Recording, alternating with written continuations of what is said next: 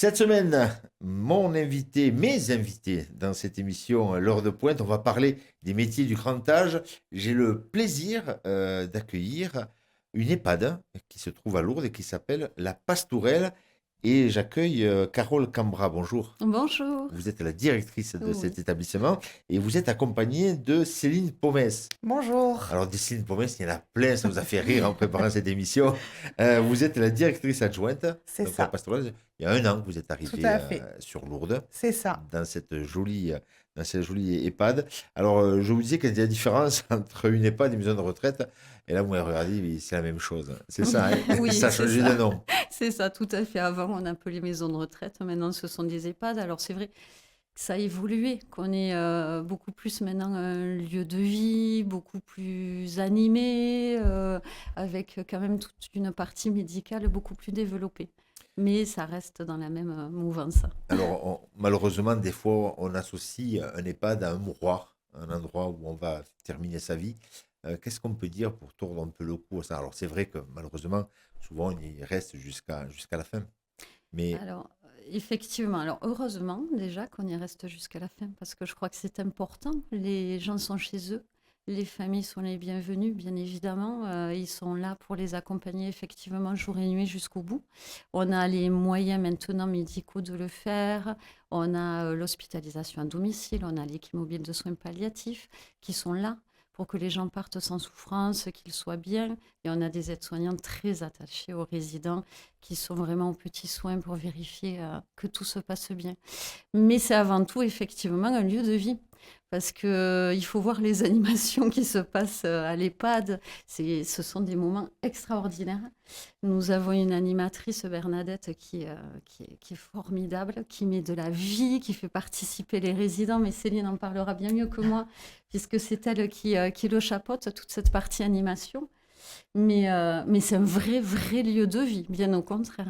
un lieu de vie et non pas un lieu de mort, hein. C'est ça, on veut vraiment mettre l'accent sur la vie. Notre but, c'est vraiment d'ouvrir l'établissement à l'extérieur. On invite d'ailleurs tous les Lourdais qui le souhaitent à venir assister à nos animations. D'abord pour eux, pour pouvoir voir un petit peu comment ça se passe et surtout nous, pour nos résidents, pouvoir leur permettre d'avoir cette ouverture sur l'extérieur. Pour nous, c'est l'essentiel. C'est du Voilà. partage. Du partage avec tout le monde. Et c'est vrai que vous avez sur l'application de la ville de Lourdes toutes les animations, vous pouvez faire le choix. Elles sont multiples et variées et vous pouvez venir sur les animations qui vous intéressent voilà, Et, chaque jour. et sur votre site internet aussi. Aussi, tout à fait. Oui, oui, oui. Alors, on va parler de votre groupe, puisque la Pastourelle, on avait reçu votre petite sœur qui est une maison de service à Billère, à côté de Pau, Tout à fait. il y a quelques semaines. Et votre donc, EHPAD est adossé à une structure qui s'appelle Adouvi. Oui, tout à fait. Un Douvier, en fait, qui rassemble au niveau sanitaire, effectivement, 3 EHPAD et 2 résidences-services sur voilà, la côte basque, Bayonne, Anglette, Colomiers et sur Lourdes. Anglet, c'est bien sympa aussi comme endroit pour aller Ça peut être travailler. très agréable, effectivement, mais elles sont tellement belles, nos Pyrénées. Aussi. On y est Écoutez, attaché. et oui. Bon. On parle bien sûr de votre structure, hein, donc la pastorale qui se trouve à Lourdes. Oui. Vous avez une capacité de 87 lits. Oui, tout à fait. 87 résidents et en fait, on fonctionne, voilà, on vit tous ensemble, mais vraiment. On va pas être sur des secteurs qui vont être fermés parce que les gens ont des pathologies type Alzheimer ou autre. Nous, on vit vraiment tous ensemble. Voilà. Donc, on se retrouve ensemble aux animations, ensemble au repas. On est vraiment ensemble tout au long de la journée et ça n'est que du partage, mais que du partage tout le temps. C'est quelqu'un qui arrive dans votre structure, c'est toujours un déchirement de quitter Mhm. la maison Ouais. ou son lieu où on a vécu Mhm. pour arriver dans un Mhm. EHPAD. Comment vous l'accueillez? Comment ça se prépare, ça? Je vois Céline Pomès qui a le Elle visage qui maîtrise. s'éclaire Oui, quand parce que même. c'est vraiment quelque chose, alors, comme Carole, hein, mais qui me tient à cœur, effectivement. Il y a les personnes qui rentrent. Donc, alors souvent, on reçoit d'abord les familles, puisque c'est souvent les familles qui prennent la décision que leurs aînés rentrent en Oui. établissement. C'est jamais l'aîné qui le réclame, ça. Ça C'est peut rare. arriver, Ça peut ça arriver. peut arriver effectivement des gens qui se sentent seuls à domicile. Et quand on fait des visites, alors ça peut arriver qu'on ait des personnes qui viennent d'eux-mêmes visiter et qui se rendent compte qu'effectivement on est loin de l'image du mouroir, hein, puisqu'on prend vraiment le temps de faire visiter, on prend le temps de la discussion, on a le temps. Voilà, si on n'a pas le temps là, voilà. Donc vraiment on le prend. Et c'est important qu'on puisse d'abord recevoir les familles et leur expliquer notre démarche, d'abord. Ils sont accompagnés du parent, souvent la famille, ou ils viennent seuls d'abord pour se rendre compte avant d'amener son père ou sa mère ou... Ah, il y a tous les cas de figure, Il y a tous les cas de figure. mais en général, c'est d'abord les enfants qui viennent parce qu'ils ont besoin de se rendre compte de ce qu'on propose et effectivement de ce qu'on veut partager. Parce que vraiment, c'est le mot, c'est vraiment le partage. C'est vraiment ça, c'est très important pour nous. Donc, on prend le temps, on discute, on déculpabilise, parce qu'il faut le dire, on déculpabilise les gens. À un moment donné, on arrive au bout d'une prise en charge. C'est dur, mais on en discute et en général, ils repartent quand même en se disant, ouais, ils vont être bien là. Voilà. Et nous, ça, pour nous, c'est le plus important. Effectivement, il y a un moment donné où c'est aussi un acte d'amour que de décider de protéger son parent en le mettant dans un établissement qui va permettre cette sécurité médicale. Et si on a et l'amour des enfants et une sécurité médicale, il n'y a pas de raison. Son parent est bien. Mais l'un sans l'autre, c'est juste pas possible. Quel est l'élément déclencheur pour entrer dans un EHPAD? C'est le problème de santé, souvent. C'est Souvent. l'isolement aussi. On parlait tout à l'heure avec M. Casaubon qui était là et qui nous disait quand même un chiffre, 42% des habitations des Hautes-Pyrénées, enfin de l'agglo, Oui. de l'agglo Ouais. Tarbes-Lourdes, Pyrénées, c'est une personne qui vit tout seul dans sa maison ou dans son logement.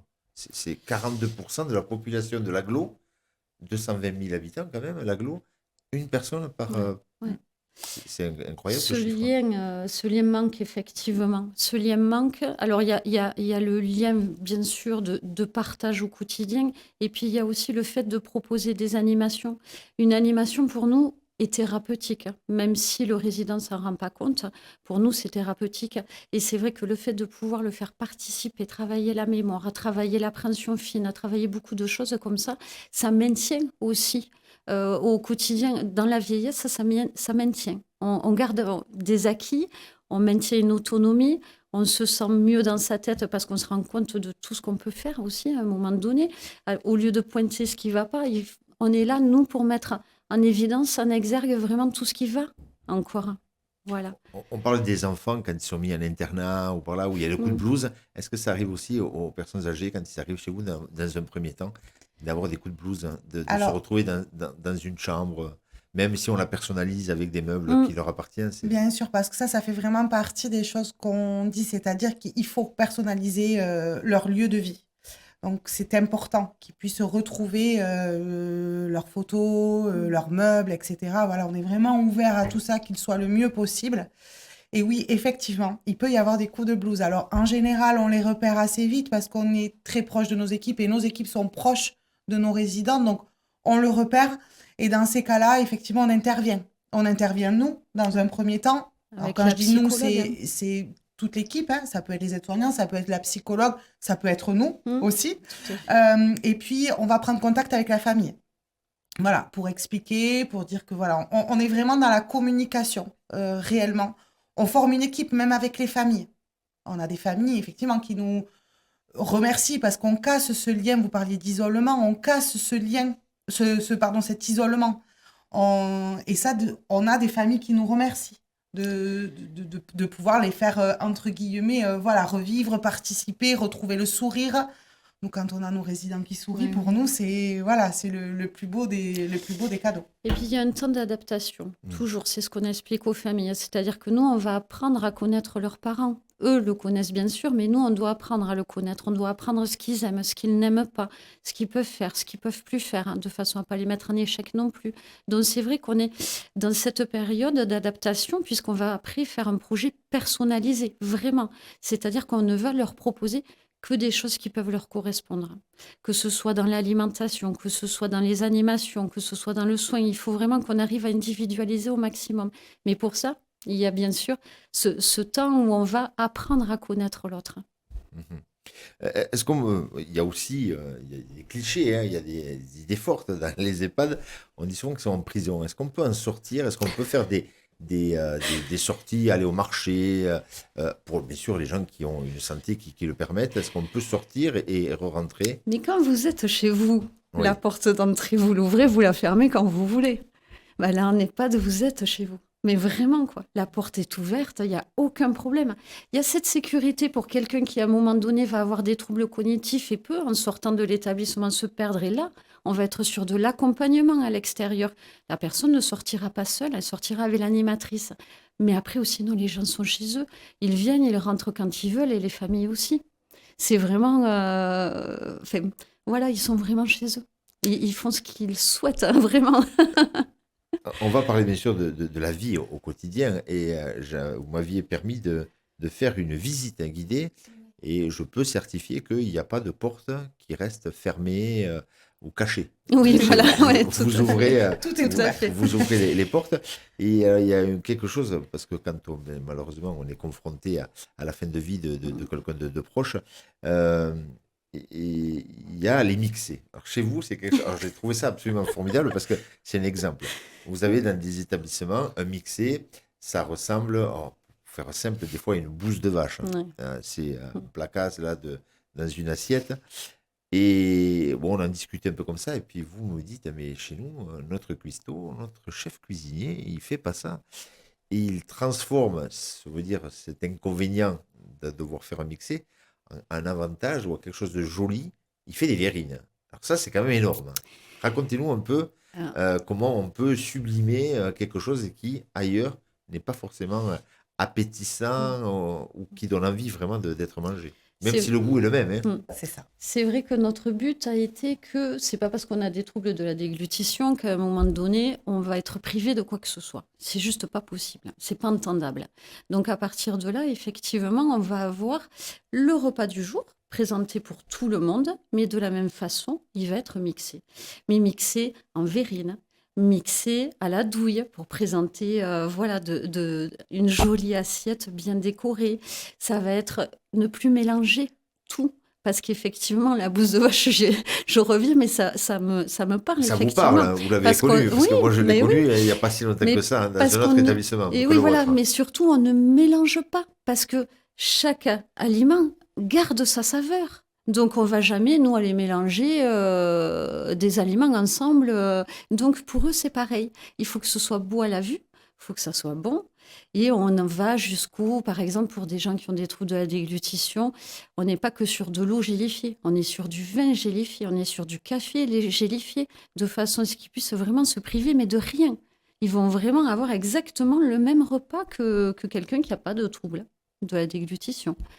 Il faut vraiment, voilà, qu'on puisse être... faut pas les priver de rien.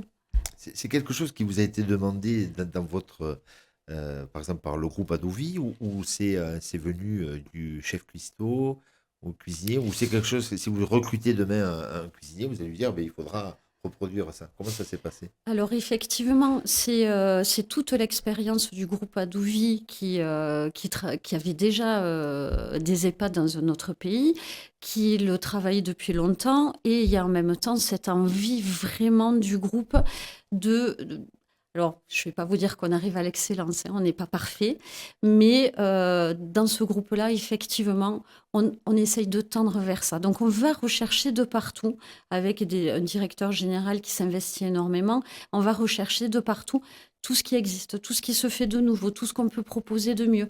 On est voilà, tous les ans en train d'aller voir au niveau du matériel médical tout ce qui est sorti, tout ce qui est nouveau, tout ce qu'on pourrait adapter aux résidents. On se renseigne tout le temps. Voilà, donc ça nous permet en fait de rester vraiment un peu avant-gardiste comme ça et de ne pas passer à côté de quelque chose qui pourrait être vraiment utile aux résidents et qui pourrait leur permettre d'être mieux dans leur vie au quotidien. Alors, on a tordu le cou à pas mal d'idées reçues. Ah, j'espère. Par contre, parce il y en que a une vraiment, qui, c'est pas ça. malheureusement, celle-là, c'est un peu compliqué, c'est le coût. le coût d'une EHPAD. C'est quelque chose qui est relativement cher. Quelles sont les aides et comment vous accompagnez les familles qui viennent vous voir pour vous dire, voilà, vous avez droit à telle aide, telle aide. Je sais par exemple que le conseil départemental aide et prend une partie. Hein. Comment ça se passe quelles sont les aides si les gens nous entendent et qui ont ce frein en disant, mais moi, j'ai pas les moyens de venir en EHPAD qu'est-ce qu'on peut leur dire à ces gens-là? Alors, il ne faut pas se mettre de frein, c'est-à-dire que, voilà, on en discute, effectivement, il existe des aides. Le département intervient au titre de l'APA.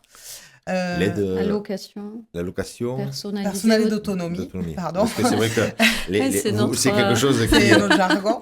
Voilà, donc effectivement, ils interviennent à ce niveau-là, donc ça dépend de la dépendance de la personne, mais il existe des aides, on aide à monter les dossiers, parce que la partie administrative est lourde. Donc, on aide, on tend vers ça. On a des contacts avec le département qui nous permettent peut-être de faciliter un petit peu et d'accélérer un petit peu. Et puis, on a surtout le savoir-faire. L'allocation logement, puisque ça devient leur résidence principale. Donc, D'accord. ils peuvent avoir droit, pareil, à l'allocation logement. Et là, c'est pareil, on aide à monter les dossiers, bien sûr. pour les gens les plus démunis, parce que l'aide au logement, c'est soumis Il y a un plafond de ressources, de effectivement, mais l'aide existe en tout cas. Il y a D'accord. certaines mutuelles aussi, il faut le savoir, qui participent. Il y a des assurances dépendance qui peuvent participer et nous, on va chercher un petit peu voilà, tous ces dossiers qu'on peut ouvrir et toutes ces aides qu'on peut réclamer. Ça coûte à peu près combien? On est sur un budget de combien pour une personne qui viendrait chez vous? On est aux alentours des 2600 €. D'accord. À charge pour la famille. À charge pour la famille, Une fois effectivement. les aides enlevées. Tout à fait. Et qui comprend mais voilà, toute la partie hébergement, nourriture. Il y a encore l'allocation logement qui Oui. peut être déduite, Qui peut être déduite, les aides de la effectivement. mutuelle, les assurances, voilà. Et puis, on a ce côté humain qui fait que, voilà, on n'est pas opposé voilà, à essayer de voir comment on peut s'arranger financièrement parce que j'estime... Chaque personne est un cas différent. C'est ça, et on estime qu'il faut pas que ça soit un frein non plus le financier. Donc, il est clair que la politique aussi du groupe, c'est ça, c'est pouvoir permettre à chacun d'avoir accès aussi et à nos services, voilà. Donc il y a, voilà, c'est quelque chose qu'on peut réfléchir ensemble. On est vraiment dans l'humain, je répète, mais Oui, vraiment, mais- donc on trouve des solutions, on cherche des solutions. Quand on reçoit les familles, on fait une photo de la situation actuelle et qu'est-ce qu'on peut faire pour aider, pour aller vers eux. Voilà, on trouve des solutions.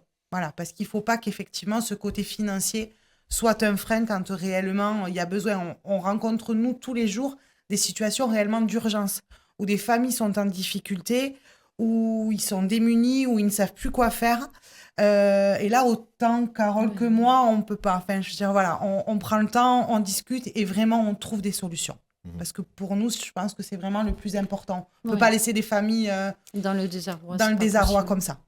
Alors, souvent, on prend le temps, hein, si une personne est isolée, qui a des problèmes de santé, les enfants sont un peu loin, il y a la chute, il y a le problème, s'il y a un problème cardiaque, ou s'il y a quoi que ce soit. Donc là, on commence à s'intéresser tranquillement à monter les dossiers. Et puis, il y a souvent une chute qui peut entraîner, malheureusement, une hospitalisation à l'hôpital. Alors, anciennement, on restait au SSR, mais le SSR, je crois que ça a changé de nom. SMR maintenant. Le SMR maintenant, Oui. a une durée limite, je crois que c'est 2 mois de... C'est 21 jours renouvelables, mais bon, effectivement. Voilà, donc donc effectivement, tant qu'on est dans ces structures, c'est l'assurance maladie qui prend, prend le relais, mais à un moment, il y a une date butoir où on ne peut pas rester indéfiniment dans cette structure. Et c'est là où les gens viennent vous voir souvent. Alors, c'est soit là, soit en urgence aussi, parce en qu'il n'y a urgence. pas de place en SMR et qu'il faut bien trouver une solution en urgence. Oui, aussi, oui. Et oui, aussi.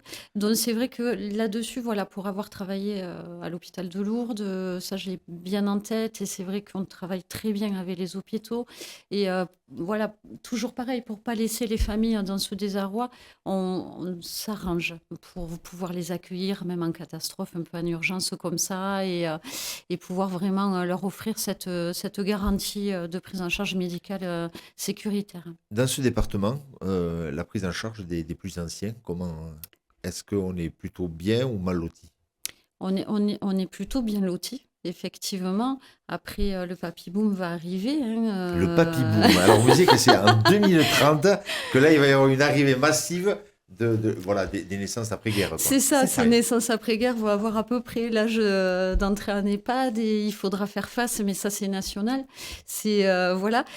Donc, ça sera un problème national, mais effectivement, pour l'instant, le département est plutôt bien loti et il n'y a pas de raison. Voilà. Après, ça dépend des politiques de chaque établissement. Voilà, même s'il faut faire une entrée en urgence, vu que nos équipes sont stables, que les soignants sont efficaces et compétents et présents, c'est pas compliqué pour nous d'accueillir quelqu'un en urgence. Ça peut peut-être l'être si on n'a pas tout ça derrière. Alors, des fois, c'est des Effectivement. mots, mais je peux, Oui, je oui. peux effectivement dire que quand on parle d'urgence, vous aviez été absolument exceptionnel, puisque j'ai eu un cas personnel qui a fait que il a fallu que je vous demande si vous pouviez prendre quelqu'un de ma famille en urgence. Vous aviez tout mis en place en, allez, 2 heures, même pas. Très efficace. Alors, très efficace. Bon, il s'est trouvé que la personne, au dernier moment, a refusé, donc Mais voilà, ça c'est a pas tout mis grave. en arrêt. Et vous avez été, enfin, ça a été exceptionnel. Je Mais ne pensais pas qu'on arrivait à ce degré de personnalisation et de prise en charge où vous aviez même jusqu'à réserver l'ambulance pour aller Bien transporter sûr, donc la personne de l'hôpital vers chez Ouais. vous. bien sûr. Enfin, voilà, on essaye toujours de se mettre à la place des gens qui nous contactent, qui sont pas bien. C'est toujours une décision compliquée d'entraîner pas. Donc, il faut vraiment, voilà, se mettre à leur place et se dire, voilà, comment j'aimerais qu'on m'accompagne finalement à un moment donné. Comment j'aimerais pouvoir souffler, me poser. Voilà. Et c'est vrai que si on peut prendre le relais, c'est avec grand plaisir, quoi. Les parents, des fois, ou les personnes qui arrivent, en dehors, bien sûr, qu'on leur sort de chez eux, ça doit être douloureux aussi, parce que vous avez un temps d'adaptation Il y au a un temps début. Mais d'adaptation. est-ce qu'ils se sentent abandonnés par leur enfant? Est-ce qu'ils jugent ça, le fait de dire mes enfants m'abandonnent ou m'ont mis dans un endroit où ils veulent plus s'occuper de moi? Est-ce qu'il y a un peu ce sentiment-là des anciens? Alors, peut-être dans les premières heures, mais rapidement, en fait, on les met dans un tel cocon que cette sensation-là, elle s'arrête très, très vite. Voilà. On a vraiment voilà, des équipes qui sont juste Mm, formidables. On a des équipes très stables. mm.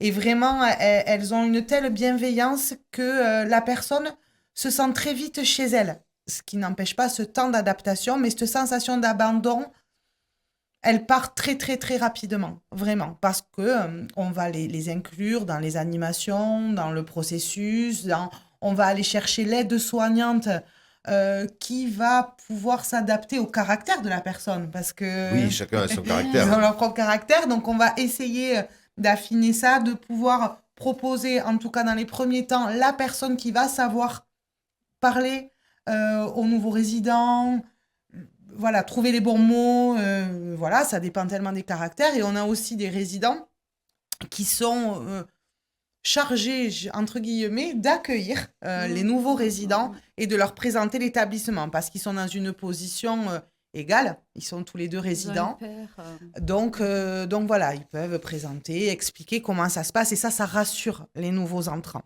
Voilà. Et surtout, on essaie d'enlever ce sentiment de culpabilité de la famille. Il peut arriver aussi que ce soit l'homme ou la femme qui doit avoir voilà, des problèmes de santé qui fait qu'il soit. Du coup, on sépare le couple. Et le père ou la personne, le mari ou la femme reste à domicile et c'est lui qui part en EHPAD. Et là, vous arrivez à essayer de faire venir au maximum la conjointe ou le conjoint. Alors oui, et puis on a l'avantage sur la Pastourelle, on a des chambres concomitantes. Donc on a vraiment une porte entre les deux chambres s'ils souhaitent Comme dans dormir. certains hôtels où il y a. Voilà, chacun de Oui. leur côté, mais être ensemble la journée.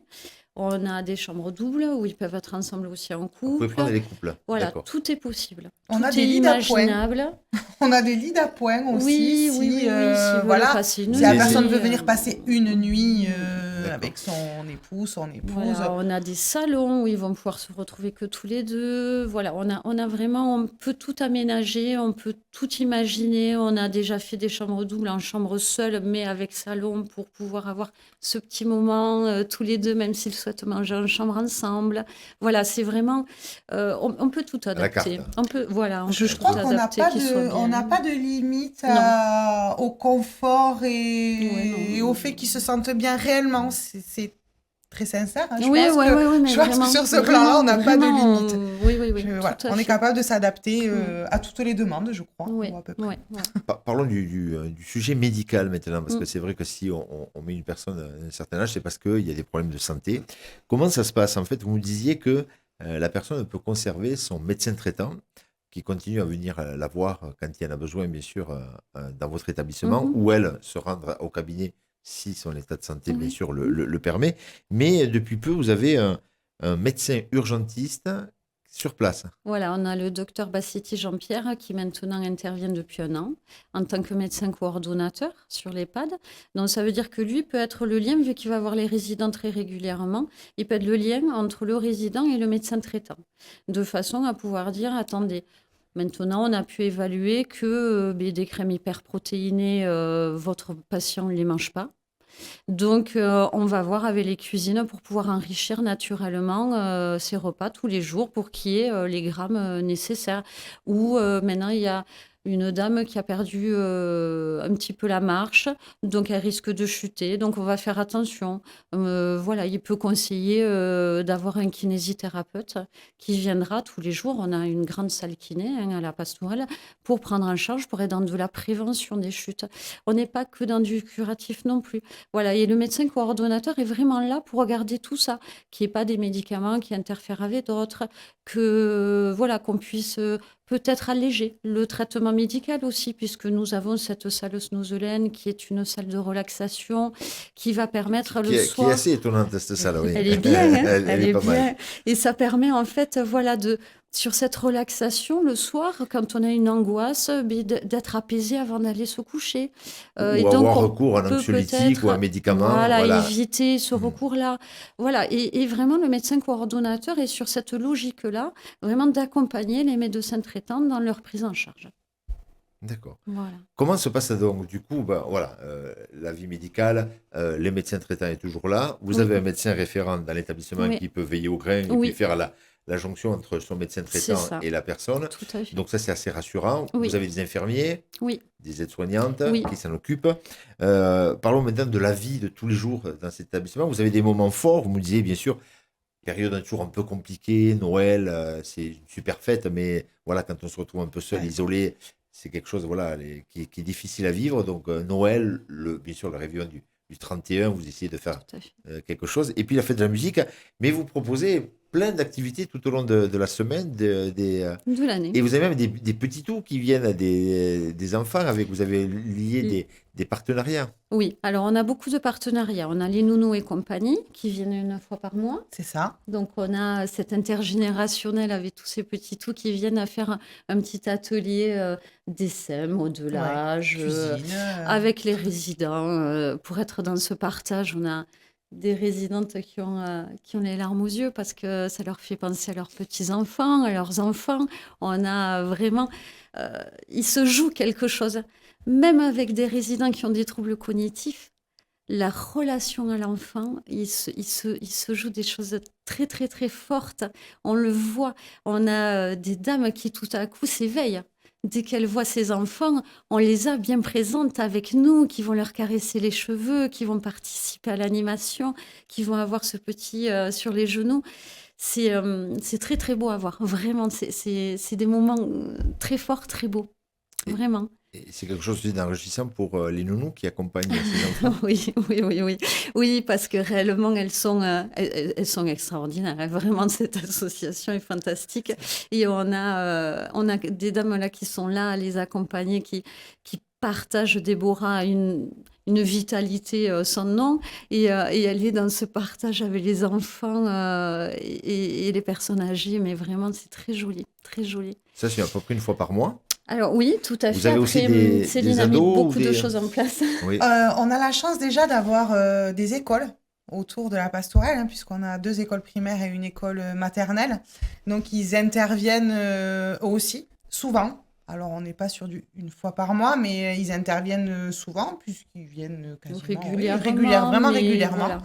Voilà, un petit passage, un petit spectacle, on y tient, on maintient ce lien. On a aussi un partenariat avec l'IME de Biscaye. Donc là, on est plus sur de l'ado, qui vient aussi une fois par mois. Et pareil, c'est des ateliers, c'est voilà, manuel, du dessin, on peut faire de la cuisine, on peut tout envisager de toute façon, vraiment, je redis, on n'a pas de limite là-dessus. Et je me permets, on a un lien particulier parce que c'est vrai que certains adolescents de l'IME reviennent en dehors de ces séances-là parce qu'ils ont établi un lien particulier avec certains résidents. Et donc, c'est vraiment leurs amis et ils reviennent les voir comme ça. Voilà, ils passent devant la pastourelle, ils s'arrêtent, ils viennent les voir et partager. Oui, voilà, venir faire un petit coucou, demander comment ça va, et ils repartent. Et moi, j'ai été très étonnée d'ailleurs.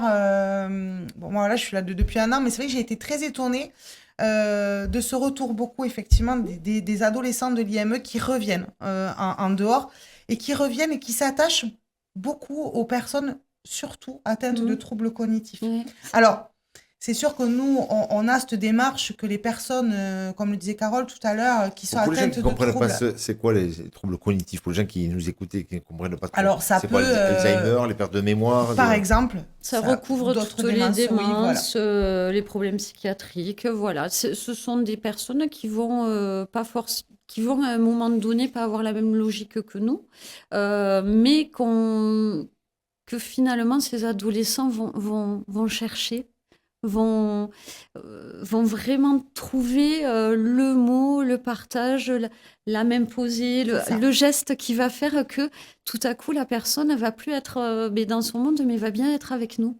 Un moment présent. Vraiment, c'est ça. Vraiment. Et le fait que les personnes qui ont des troubles soit participent à toutes les animations au même titre que les personnes qui sont moins dépendantes, c'est vrai que quand l'IM vient, voilà, ils vont chercher, on voit qu'ils s'attachent. Il y a une relation particulière qui se crée. Alors pour nous, c'est juste fabuleux de le voir, de voir cette relation naître et durer, parce que voilà, ils viennent une fois par mois, donc on sent que ça dure. On est sur ces résidents qui ont cette fragilité et c'est vrai qu'on est juste sur... on aimerait les protéger un peu de tout. Donc vraiment, on est sur ce petit cocon qu'on essaye de créer. Vraiment, vraiment, vraiment. Et je crois que vous avez même une cuisine, parce que qui dit ancien, surtout peut-être les dames, même si ça change aujourd'hui, mais pas que, elles aimaient bien cuisiner. Et puis il y a des anniversaires, il doit y avoir un anniversaire assez régulièrement dans votre établissement, quand on a 87 résidents. On fête les anniversaires une fois par mois. Où on a une animation particulière de tous les gens du mois. Voilà, voilà. Mais ils ont à chaque anniversaire, ils ont un déjeuner particulier avec le croissant, le jour de leur anniversaire. Le plateau en On va tous leur souhaiter un bon anniversaire. Mais une fois par mois, voilà, on regroupe les anniversaires du mois. Mais effectivement, cet atelier cuisine, on a la chance d'avoir une cuisine où Bernadette, notre animatrice, par petits groupes... va faire de la pâtisserie pour qu'ils puissent garder les gestes, des gestes connus, éplucher une pomme, toucher la farine, mélanger. C'est des choses qui leur parlent. Voilà. Donc on peut venir manger des crêpes, par exemple, pour la Chandeleur. Mais avec grand plaisir. Il faut absolument me donner les dates. Porte ouverte. On va vous les donner. Porte ouverte pour les crêpes. On fait la recette d'une résidente. Donc on sait qu'aujourd'hui, on va faire la recette de Madame X ou Madame Y ou Monsieur. Voilà. Et ça nous permet aussi de valoriser tout ce savoir-faire et de retrouver le goût comme à la maison, quoi, réellement. Ici, vous êtes à Radio Présence et c'est une radio confessionnelle. Le culte, comment on peut, lorsqu'on vient, continuer à bien sûr avoir ceux qui aiment bien aller à la messe ou d'autres religions, hein. Oui. Alors nous avons la chance de travailler avec Claude Couder, qui est aumônière, qui est juste extraordinaire. Aussi. Non, mais c'est donc, vrai. En fait, aussi. si vous mettez un CV pour la pastorelle, mettez que vous êtes extraordinaire. C'est ça. Voilà. On va le faire. Non, mais réellement, elle nous permet d'avoir le prêtre qui vient pour faire la messe tous les vendredis. D'accord. À 11h, dans l'établissement. D'accord. Nous avons aussi un temps de prière tous les mardis après-midi qu'elle a mis en place pour les résidents qui le souhaitent. Elle va se déplacer en chambre si les personnes sont trop fatiguées. Voilà, réellement, elle est très présente et très accompagnatrice de tout ce culte, effectivement. Oui, oui, oui, On peut vraiment. continuer effectivement Et à en avoir. plus, elle fait partie de l'association Les Petits Frères des Pauvres, avec laquelle nous travaillons aussi, qui viennent rencontrer les résidents, qui viennent partager avec eux. Nous avons aussi France Alzheimer, qui vient faire du jardinage avec les résidents. On a mis des jardinières en hauteur, de façon à ce que les résidents, même en fauteuil, puissent continuer à jardiner, à profiter. Et c'est vrai on s'est entouré que de gens bien finalement Ben, qui finalement. nous aident au quotidien, voilà, à Et vous prendre êtes jusqu'à soin. venir à une radio bien pour en parler. Je vous le fais pas dire, je vous le fais pas dire, effectivement. Pour rentrer en contact avec vous, comment on peut rentrer en contact avec vous? Alors, la pastorelle, On vient nous voir Oui, avec grand plaisir. Oui, en fait, c'est tellement important pour nous de rencontrer Oui. les gens parce que il faut vraiment qu'on puisse vous montrer que ce qu'on dit n'est pas du mensonge et que réellement on le vit comme ça au quotidien. C'est pour ça les portes sont ouvertes et venez quand vous voulez. C'est 34 rue de l'Angèle à Lourdes et n'hésitez pas, venez nous voir. 34 rue de l'Angèle à Lourdes. Vous avez peut-être un numéro de téléphone à laisser aux auditeurs? Oui, 05 62 42 50 00. 50 00 05 62 42 50 00. C'est à Lourdes. Voilà, on vient vous rencontrer. Puis surtout, vous invitez les gens à venir, en dehors de venir. Voilà, Ah, aux ça aussi, c'est animations. important pour les résidents. Oui. Venez, Avoir une vie un peu c'est ça. à l'intérieur. Chacun apporte tellement à l'autre qu'il faut vraiment, voilà, venez à la Pastourelle, participez aux animations, partagez avec nous et passez un bon moment, tout simplement. Tout simplement. Vous faites partie du groupe Adovie avec 3 EHPAD et 2 maisons de service. Donc, on avait reçu une de vos collègues il y a quelques semaines. Oui. Merci à toutes les deux. À vous, Carole Cambra, vous êtes la directrice de cet établissement La Oui. Pastorelle à Lourdes. Et vous, Céline Pomès, donc directrice adjointe Merci beaucoup. depuis une année. Et puis, j'ai bien compris, vous êtes formidable, puisque tout le C'est monde ça. est formidable Merci beaucoup. dans cet établissement. Et Venez le voir. c'est beau quand un directeur ou une directrice disent toujours que son Oui. personnel est formidable. Mais, Elle est formidable aussi. réellement, C'est un échange. Réellement, ce qui est important, c'est le cœur. Et vraiment, les soignants qui sont dans l'EHPAD ont un cœur immense et c'est tout ce qui compte. Les compétences, on les acquiert, ça s'apprend. Mais, Oui, vous êtes un peu là-dessus, oui, Mais effectivement. vraiment, Ouais. le Savoir cœur, ça être. s'apprend pas. L'humain, c'est Oui, important avant pour tout. vous. Hein, Ouais, avant tout. ouais, Avant tout d'avoir à un fait. CV bien rempli, C'est ça, l'humain prime. c'est ça, tout à fait. Merci beaucoup. Voilà, eh bien, écoutez, on va faire un point à travers votre établissement sur ces métiers du grand âge. Vous l'avez dit, il n'y a pas trop de turnover chez vous, donc ça veut dire qu'on doit s'y sentir bien aussi quand on fait partie J'espère. du personnel. C'est bien aussi pour les résidents de ne pas avoir Oui. chaque fois des personnes étrangères qui changent. C'est ça. Et ça, je pense aussi, c'est quelque chose C'est primordial. qui veut dire aussi qu'on s'y sent bien. Si le personnel s'y sent bien, théoriquement, les résidents devraient être bien aussi. C'est ça. Merci beaucoup à toutes les deux. Bon vent à vous. Et merci d'avoir accepté cette invitation. Parce que Merci. c'était bien aussi Merci qu'on à vous. parle. Vraiment à vous. Et puis surtout, n'hésitez pas à rentrer pour les aides aussi qui existent avec le conseil départemental, entre Tout à autres. fait. Et vous avez bien sûr des entrées privilégiées puisque vous montez des dossiers pour vous faire aider à Oui, remplir des dossiers. oui, tout Voilà. à fait. Merci beaucoup. À bientôt, Merci mesdames. Merci infiniment beaucoup. à vous.